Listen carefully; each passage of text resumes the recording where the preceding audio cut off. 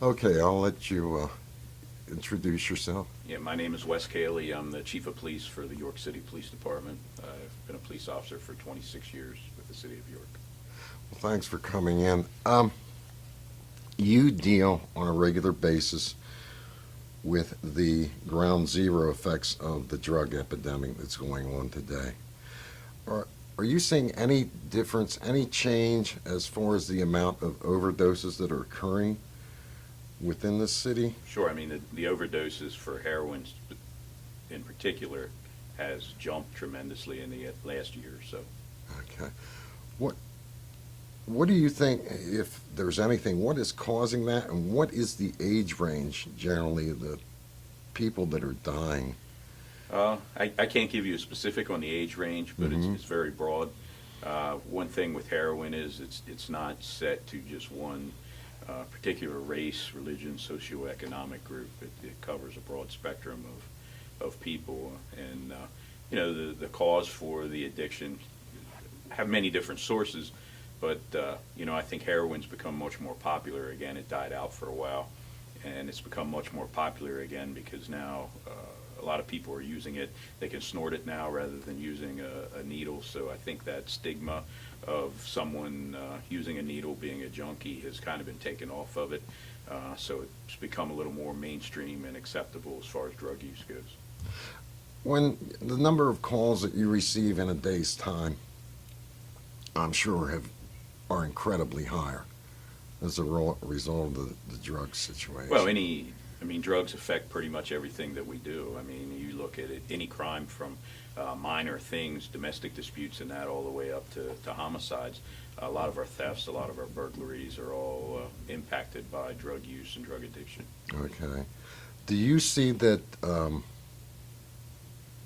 change in the dynamics has affected anything? For example, what, other than the overdose, the fatal overdoses, has addiction in itself in general increased overall?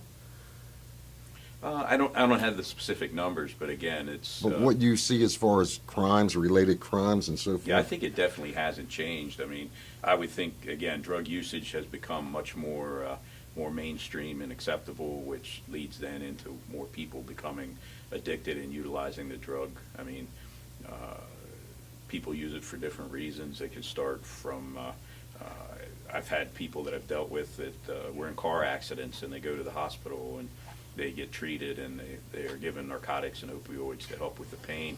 And then once they're out of doctor's care anymore, they still need that drug, and they look for it much cheaper because they can't afford the pills through heroin use or some other opioids. So, and I've run into people that utilize the drug. They started using it with friends. I had a close friend of mine that passed away from a heroin overdose that started using drugs with friends, and it built up until they were using heroin and the person became addicted. I think people get into it and don't really realize how addictive it actually is, especially when you talk about heroin, until it's too late. And once they're down that road, it's hard for them to turn back on their own. Are your officers prepared with Narcan? Has that been implemented? Yeah, we have Narcan now, just like the other police departments in the county do, to try and help with calls that we respond to when someone's suffering from a heroin overdose. We've had one. No, what I was saying was we've had at least one save by using Narcan that I'm aware of. Our officers have it out on the street now, and when we respond to an overdose call, it's available to the officers to use. They're generally the first people that arrive on scene before medical assistance arrives. Before we had to wait for someone to arrive from the ambulance or the medic unit in order to have the Narcan administered. Now we can do it on our own. The city itself is loaded with a lot of recovery houses. Does that also contribute? Sure, we have people coming from all over and ending up in recovery houses here in York. And again, as they go through that process of trying to lose that addiction, they're still out there looking for that high. They're still out there looking for the drug, and it increases the market here in York City. The effect overall on the community, the kids, schools, the families, and so forth. How has that played out as far as the city is concerned? Well, the city is a concentration of poverty. And, again, there are a lot of issues that contribute to addiction, but, the low socioeconomic status has an impact. People utilize drugs to get away from what they perceive as their life not being all that well. So that can lead to it, and people go out and they look for that drug to utilize. And in order to pay for it, if they come from a background where they don't have a lot of money, where they live in poverty, they're going to go out and they're going to steal for it and do whatever they have to do to achieve that high, to get that drug, which then drives our crime rate up. I've noticed, and I don't know if this is just my observation, an awful lot of arsons lately. Is there a connection between that and drugs? Not that I can speak of. A lot of times we go back to the poverty issues, and that a lot of times the arsons occur because of people living in abandoned homes and various other activities going on. Now, you do go into abandoned homes and you find that they're being used as shooting galleries, as drug use houses, or drug usage houses. But there really hasn't been anything as far as the arsons go that connect them to people inside the homes using drugs. that we've Difficult seen to yet. catch them, I would assume. Sure, definitely. I mean, there's so many people in and out, and the number of abandoned houses contributes to places where people can go commit crimes. Bringing up socioeconomic, how much of a factor does that play into people, kids, everybody turning to drugs? Again, it's one of those factors that you look at as to why people turn to crime, why people have issues in their life and turn to addiction. Again, when we talk about heroin, it's not something that's just a city issue. It's all across all socioeconomic levels and different spectrums. The one thing where I think, again, the poverty contributes to is the lack of ability to hide that addiction, the lack of ability to beat that addiction. The resources just aren't there. If you come from poverty, you don't have the resources to try and get off the drug. You don't necessarily, a lot of times, trust the government associations that can help you, so you're not necessarily reaching out for help. And they're also, in the city, there's a lot of times there's a language barrier, depending on what group of person is utilizing the drug. So just trying to get that help that's available to other people is oftentimes more difficult. If you were going to cite one main area that you see in an urban setting, which doesn't set us any different here in New York City from Baltimore, Philadelphia, Harrisburg, Allentown, and so forth, what would that issue be socially that you see that's driving so many kids to drugs? Yeah, I mean, in the end, for me, and this is just, again, wouldn't qualify myself as any type of expert, but just from my life experience, I go back and I believe education's a huge issue. I mean, education opens up so many doors and so many opportunities. If you live in an area that has a failing educational system and you're not getting that basic education, your ability to get a job, your ability to work your way through life is limited that much more. We have our educational system is rated number 36 in the world now, literacy and education. That's overall. We're right above Honduras. This is what I see is these kids don't even know where home is. So with all the issues that they're dealing with in home life, they're going to take to school. They're not able to focus in school.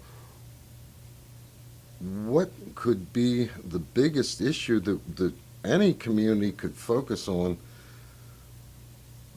that you think could make some type of impact in the way of prevention? I've always been a big proponent, not just as far as addiction goes, but crime in general, is attacking the root causes of the crime, of the addiction. When we go into a home, if we're arresting a juvenile, for a crime, and there's several other juveniles there. To me, we need to look into what were the root causes that caused that individual to start engaging in criminal behavior and antisocial behavior, because those same factors are going to impact the other kids that are coming behind them, and we need to get into the home at that point and try and deal with those issues. It's easy to throw your hands up and say, oh, well, it's the city, it's poor people, they don't want to do this, they don't want to do that, but when you deal with people on a one-to-one basis, you see that there's a lot of good people out there that want to make the proper decisions, that want to do the right things, and are just having trouble for one reason or another. So to me, if we spend the money on the front end trying to deal with the root causes of a lot of these issues, we're going to be better off on the back end. There's a group that I'm involved in called Fight Crime Invest in Kids, and it's police chiefs and district attorneys from all over the state of Pennsylvania. But you know, our big thing push right now is pre-K education, and trying to make sure that kids throughout the state of Pennsylvania have the ability to get that education before they even go to kindergarten, so they're not behind the 8 ball when they get to kindergarten. So those are the things, when we try and front load, you know, get in the front end of things, then we need to start looking at what are the root causes of what's taking place. You know, why are people getting into crime in York? Why are people getting into addiction in York? What's causing these issues? And then try and put our social, you know, we have a lot of great services here in York County and York City, but we don't necessarily all work together. We're not all rowing the boat in the same direction, so to speak. We kind of pull against each other, and we have to start working together in addressing those root causes of why crime and addiction is happening. What factor does child abuse play into it? It's another one of those root causes, I believe. You know, when you look at the amount of child abuse, especially sexual child abuse that's taking place, again, not only in the city but throughout the county and our state and our nation, those individuals, then they're traumatized, they're impacted for life. We have to make sure that they have the proper services to try and help them through that problem, or all they're going to do is turn to possibly a lifestyle of addiction, possibly crime. There's, again, I'm not an expert, but there's a lot of studies out there that show that people that are molested as children go on to molest later on in life. So we have to deal with that issue in the very beginning, once that trauma occurs, to try and have an impact on that person's behavior later on in life. Mm-hmm. And that's what I've done here with Heroin Project. I want to work on the prevention side. I want to work on the social issues, and I've chosen child abuse and the specific issue you're talking about as what I see as the leading problem to address, to point out, but not only to point out. Then these kids need a purpose. If you hit them at the range where they're most likely to turn to drugs is in that 13, 25-year-old age group, could even be younger. So they're getting all the wrong messages from the music, from everything else that they receive, and I'm sure they're very confused and lost. So if we work in the arts, performing of that, to push back, the people working in the arts, along with this, have been down the same road. They're sending the message out and try to form that movement, because oftentimes what I see is the adults are talking to adults, but they're not talking to the kids. Yeah, we don't listen to the children very much at all. And I mean, just think back to your own childhood when you were a teenager or a preteen. You get into that period, you believe you're invincible, you're very experimental. You know, there's no boundaries for you unless someone sets those boundaries for you. And there has to be people that have a positive influence on the person's life to be able to set those boundaries for them. And if they're not there, they can really go off course. You know, back when I was a real cop and was on the street working, I did a lot of gang work. And, you know, one of the things of all the various programs that have been tried throughout this country, the one thing that continually works is mentor programs. People that, you know, come from broken homes, that have possibly parents that are addicted or into things that they shouldn't be. There has to be a way to get that person a positive influence in order to straighten them out, or they're just going to follow the same path. we come across the kids a lot of times that are out past curfew, and sometimes they're out past curfew because they don't want to go home because the home life isn't what it should be. So to them, they're safer out on the street than they are going home to an abusive family, to a mother or father that's addicted, to a single parent household. So they'll spend their night out on the street, basically homeless, and then go to school the next day, and you have kids with their younger siblings that are trying to help them get through. So you have kids raising kids, and it just is this downward trend. Mm-hmm. I being over at the Salvation Army, talking to their leaders and volunteers and so forth, they say, the kids that come there for the after school, the latchkey programs and so forth, they don't want to go back home. Mm-hmm. And now they've started the higher end groups to take them into high school and so forth. But what they'd really like to do is also have a summer program. They cannot get enough volunteers. Yeah. This is the biggest problem I'm seeing everywhere, to incentivize, because we don't seem to have enough people, period, that care. And whether they're living in suburbia or so forth, these same issues are there as well as they're here. Sure. They have kids in suburbia that go to school to get a meal, that they are running the street, because I talked to the township police.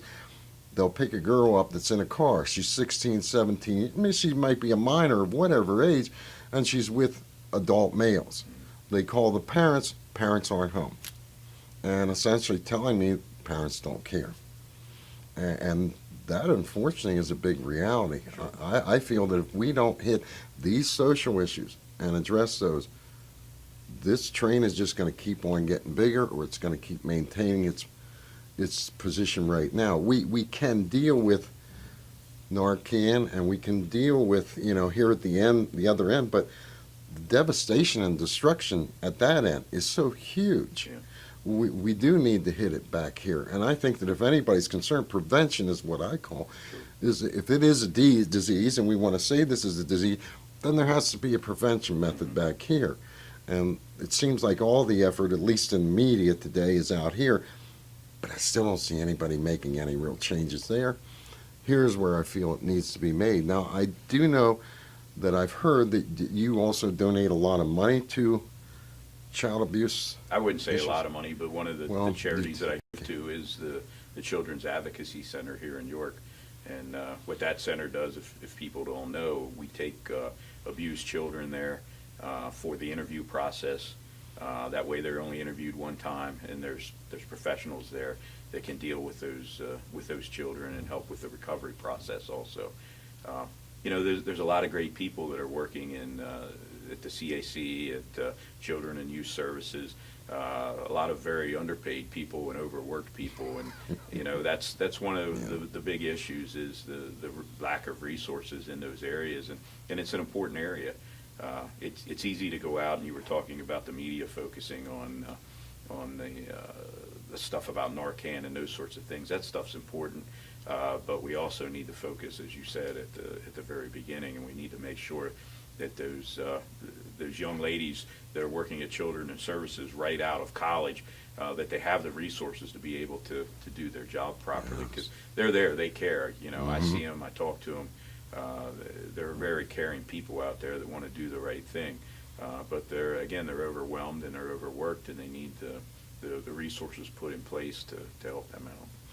I as well have talked to them, as well as Children's Protective Services and so forth, and it's I think because, and I've reported a number of cases to the city as well, but I think that epidemic of child abuse and sexual molestation is not even known because they're minors. And we're not going to read about those in the newspapers. Sure. When I have gone to the newspapers, or they've come to me, whether it's television or newspaper, and they say, we want to do an interview, I said, well, only if you're going to deal with the social issues. Well, we would need firm, hard proof that there are social issues driving this. And I think, well, if you are that ignorant to this, why are you even reporting on this? I mean, the ACE report shows it all, which are adverse childhood experiences. And if I have an interview later this week with a court administrator, parole court administrator, and drug court all works off of that paradigm. So if we have drug court working off of that paradigm, well, certainly they recognize it. Why wouldn't the media? Or they obviously don't know, which is why I'm going to be interviewing it's there in the judicial system, it's there in the whole way up through, and if there was more support for that as well, but then start back here again at that.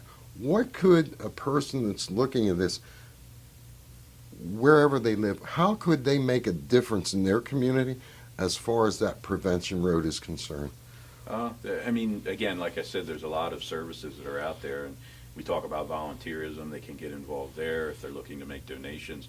There's a lot of good places that are nonprofits, and I mentioned the CAC that do a great job but need the money and resources to be able to continue to do that. Also, we all vote, and we have to make it known to our representatives that work for us that this is a priority topic for us, not only locally but state and federally. When resources are cut from the federal government and the state government, it all trickles down to the local government where all this stuff's taking place. Again, no one, there are a lot of good people out there that want to do the right thing and help with these causes and help our children, but they need those resources, and we need to be vocal and be willing to tell our representatives that we vote for and put in place that's a priority topic for us, that we want that dealt with. All someone has to do is go down and volunteer with Children and Youth Services, and they'll see what's actually going on, and not only in the city but throughout this county. Mm-hmm. It's a huge topic when you look at the issues that are taking place. Truancy. I mean, they're all big topics there that are screaming out for help. So you just have to roll up your sleeves and get involved. Mm-hmm. And that's what we're trying to do here, but we're working with the younger generation, meaning, that age group of 18 to 30 that can have the influence on those and then become community leaders themselves. Sure. Through the arts, I feel, music and so forth, they can be a very effective tool. And as you know, in the community, these kids are really into their music. Mm-hmm. I don't agree with some of the rap crap, but there's some really ugly messages to a lot of that. But you have to hit them at their own genre, and you have to appeal to what it is they're going to listen to, and in a format in which they're going to listen to it with. Because I just feel like when I get in this realm over here, once the kid's addicted, once they're down, the damage, the devastation, the destruction, the likelihood that they're ever going to recover becomes so dismally small. Yeah. And it's almost like you would have to be a Goliath to tackle this, whereas back here, I can see that, I can visually see that, and I can see where effectiveness can be occurred. And as to the agency that you're talking, I didn't realize that they're underfunded from the extent that they even took, I know they work directly for the courts, but my presumption was that they were funded equally by the courts. They have a funding stream through the county. When I talk about the local Children and Youth Services, funding trickles down from the state and federal government into the county to be utilized for that agency. But again, they never have the resources that they need. So, we have to make sure that they do have the resources that they need, that they have enough people working for them. And it's a thankless job. It's amazing what I see these individuals doing. And most of them, again, are young ladies that are just out of college, and they're not getting rich by any means, but they decided to take a job that they felt that they could help their community with. And we have to find a way to make sure that they get the support they need to do that. I agree, and I've as well had lengthy conversation with them. Is how can we expose this out there? You've seen some of the graphic images of the dead kid addict that I've done, but to me, I can put that up there. We can put those posters throughout the city, but where's the number to call that tells that kid that's more likely to turn to drugs and his social issues that that kid's dealing with, who do they call? Where do they turn to? That voice is empty. Yeah. Their voices are empty. There's nobody listening to most of the time. And here again, then it gets too far, and then they've gone down the drug road, and it, you know, it's 9, 8, 9, 10 years. Like, it's younger and younger all the time. It's scary. Sure. It's really scary. And if you want to get rid of the fear, then you got to go after it, as far as I'm concerned. Yeah, I mean, and most times when we see, you know, I've seen in my 26 years people that I've dealt with that have beat addiction. But again, a lot of times that person has someone positive that comes into their life that helps them through. You know, it's an uphill battle once the addiction starts. And depending on the reason for the addiction, it's an even more uphill battle. If you're someone, again, we go back to the child abuse topic. If you're someone that has been abused as a young person, especially by an older person, you're less likely to trust that person. And a lot of abuse happens from people that you know, from family members. So if they're the people that you intrinsically trust and they're victimizing you, you're less likely to trust anyone out there. Sure. So sure. getting that help, getting that person going in the proper directions, even more of an uphill battle. I've had the same thing here because when I was filming in Baltimore for AB and in other places, these kids find their way back here, or they've been in recovery in New York and they fall out and then they come knocking at my door. And I've interviewed so many to know that every girl I've met out there that is addicted was sexually molested growing up. So I can't possibly go out there looking for this. Mm-hmm. And as well as you probably know, at a strip club or any work in the streets, that same girl was sexually molested. Where am I wrong in this dynamic? You know, Well, no, if that's what you're coming across, then that's your experience. And if you're coming across a large number of females that's happening to, that's, you know, you might not have scientific evidence that that's No, what's I don't. happening, but you have the reality of what your life is showing you. And those are the things we have to look at, I think.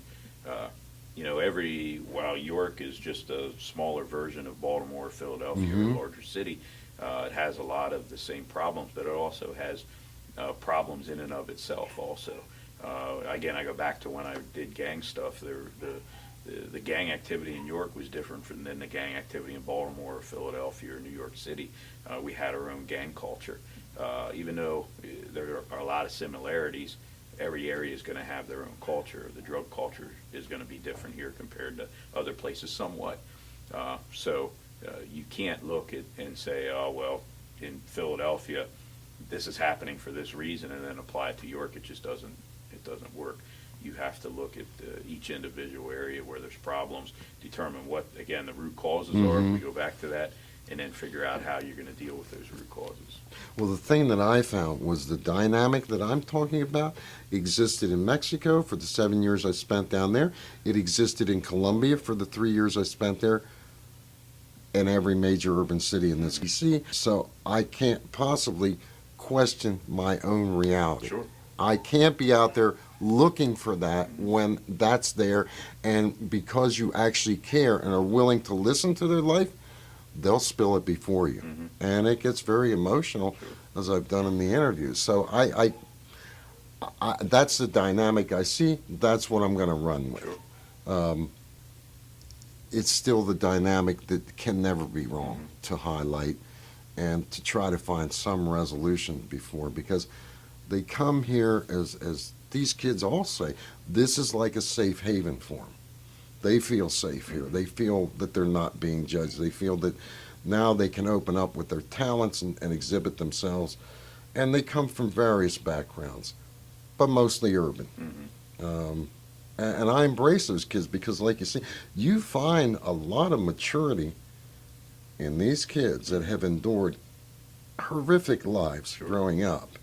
And it's almost gut-wrenching to listen to. But I would rather highlight their life story because at this point, in my opinion, they're salvageable with a lot less work than once they've gone down that drug road. As you say, now you've got all these childhood traumas attached to the addiction, and it is a nightmare battle because trust is not there. And well, we know what the effect of drugs does. It just increases that trust even more. And now you're living that lifestyle that puts you in a dynamic where, you're not going to trust, you don't trust the police, you don't trust anyone, but mostly the police. Yeah. And yet I know in this community, and I'll probably get chastised for this, but the police here I have seen reach out and work just as I have in Baltimore. Mm-hmm. And I have seen, and I know police cops, frontline cops in Baltimore, that will take in other individuals into their homes, color does not matter, who are having a rough time of it. You can't be barking down at these kids, and I go for the kids because once you get past that point, it's so hardcore. Yeah. Well, police in general they just like when I was discussing social workers earlier. Most people in law enforcement get into law enforcement because they want to help people. Yeah. There's a lot of negativity about the police in the press right now, and some of it's deserved, some of it's not. But the large majority of police officers in any city that I've come across are social workers. They are there because they want to help people. They're kind people at heart, and they're trying to do the best that they can for their community. And it's very traumatizing to them also to be thrust into an environment that they're not necessarily used to, that they shouldn't be seeing when they see kids victimized and traumatized, and so there's an ugly reality out there that is being dealt with by all these frontline people, police officers, social workers, medical personnel. When you look at the doctors and the safe nurses that are dealing with this, they're seeing it every day also. So there's a lot of great people out there that are doing and are involved for the right reasons. We just got to make sure that they have the resources they need to do their job. Absolutely. And PTSD has to be a significant issue you deal with your policemen that are out there on a regular basis as well, because that has to be very traumatizing. Well, you're seeing over a very long period of time, you're seeing, again, the ugly side of society that people necessarily aren't used to seeing or didn't grow up that way. We have people that we hire that come to us less than a year in sometimes, and they just go, you know what, this just isn't for me. I didn't expect to be exposed to things that I have been. Because until you're there, until you're working in that environment, you don't necessarily understand that it's there. It's one thing to watch it in a TV show. It's another thing to live it in reality. So the people that are there are very good people in all these different jobs. And, again, we just need to find a way to support them, to try and deal with things on the front end. Isn't another thing that you face here, and I don't know that that's even unique, that York being the most densely populated, largest populated segment of the county, the funding overall, we have more churches here, we have more nonprofits, so they're not being taxed. We have a lot of social services here and the social issues that envelop York City itself are not just limited to the city, they involve the entire county. It would seem to me the most logical thing to do to incorporate the county as one, such as they do in Baltimore, and then make taxes equitably distributed throughout the areas where they're most needed. When you have, Springersbury, Spring Garden townships and areas like that, they are wealthy townships, they are wealthy communities. But they equally need to contribute to the problems that occur in the city because a lot of their kids end up here.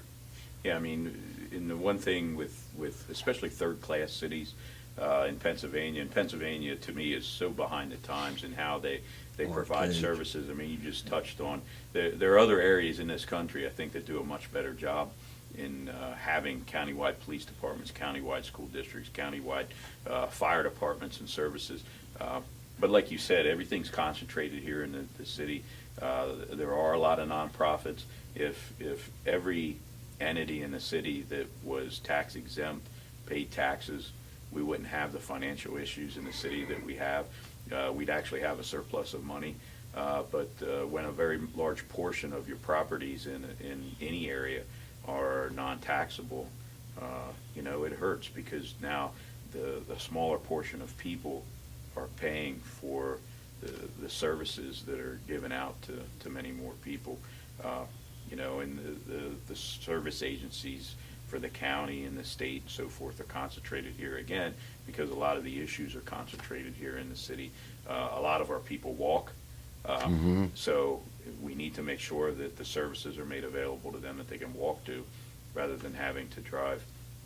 But there's a lot of companies and a lot of in the county, and I'm not downing them at all, but the county government is an example. There are a lot of county government buildings, and a lot of people that work in them come from outside the city, and they come into the city, and they utilize our services, our resources on a daily basis. They drive on the roads, which damages the roads. They utilize the infrastructure, the sewer system, and that sort of thing. They utilize fire and police and EMS.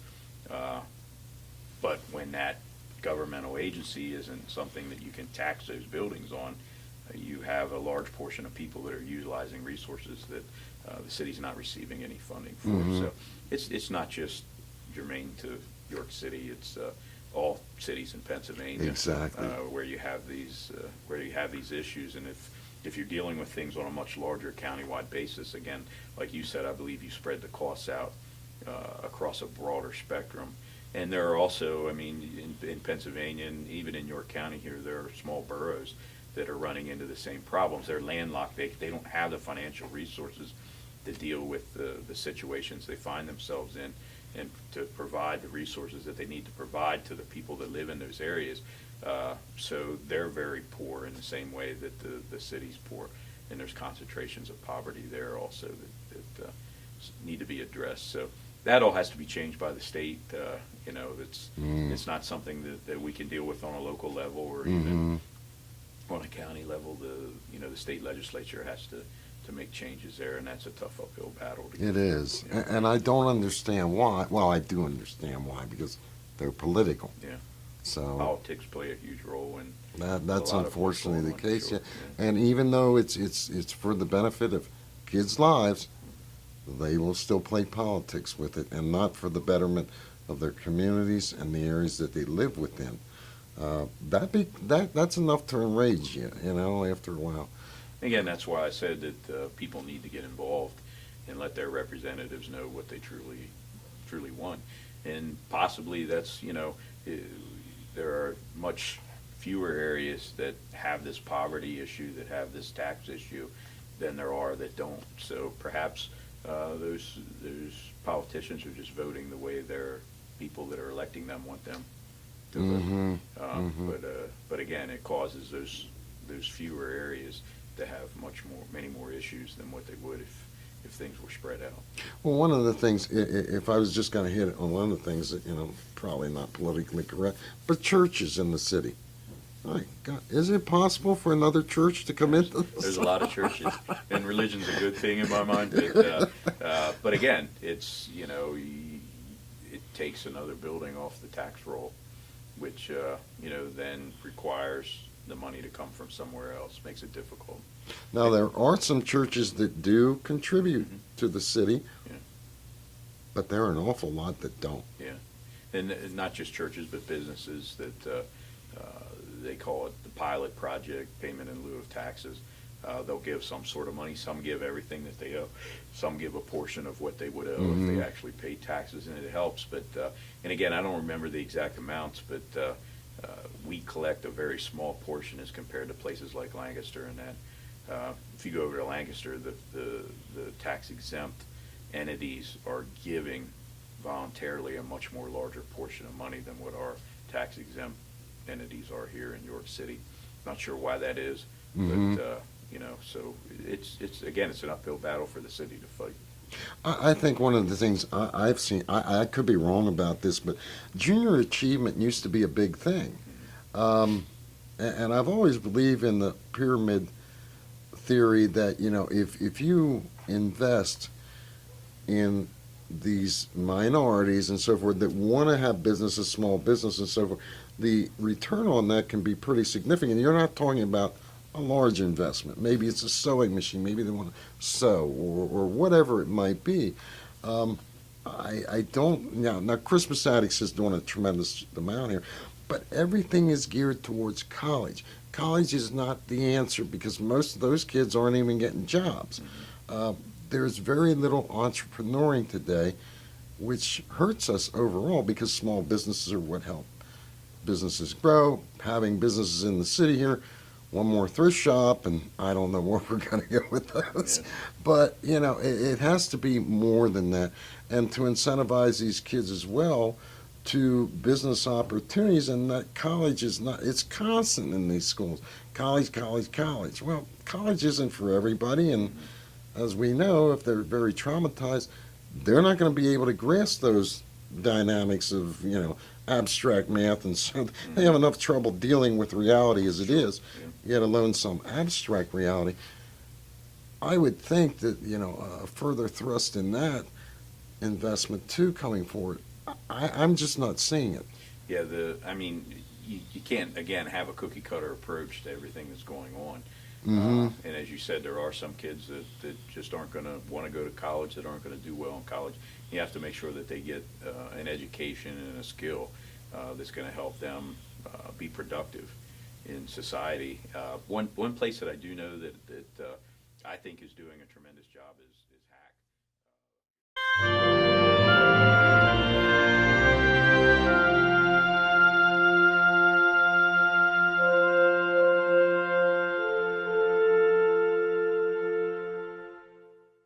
We're in car accidents and they go to the hospital and they get treated and they are given narcotics and opioids to help with the pain. And then once they're out of doctor's care anymore, they still need that drug, and they look for it much cheaper because they can't afford the pills through heroin use or some other opioids. So, and I've run into people that utilize the drug. They started using it with friends. I had a close friend of mine that passed away from a heroin overdose that started using drugs with friends, and it built up until they were using heroin and the person became addicted. I think people get into it and don't really realize how addictive it actually is, especially when you talk about heroin, until it's too late. And once they're down that road, it's hard for them to turn back on their own. The ground zero effects of the drug epidemic that's going on today.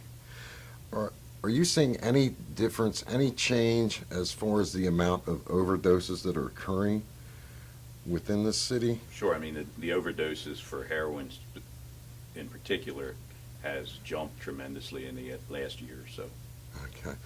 What do you think, if there's anything, what is causing that, and what is the age range generally of the people that are dying? I can't give you a specific on the age range, but it's very broad. One thing with heroin is it's not set to just one particular race, religion, socioeconomic group. It covers a broad spectrum of people, and the cause for the addiction.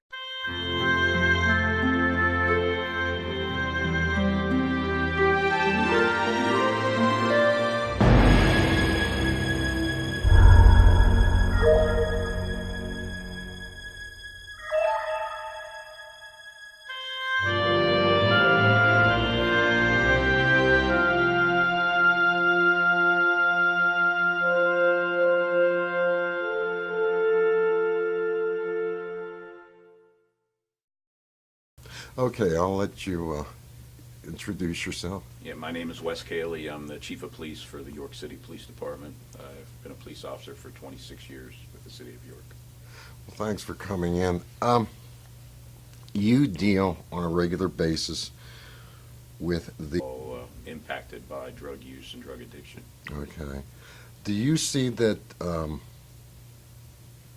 change in the dynamics has affected anything? For example, what, other than the overdose, the fatal overdoses, has addiction in itself in general increased overall?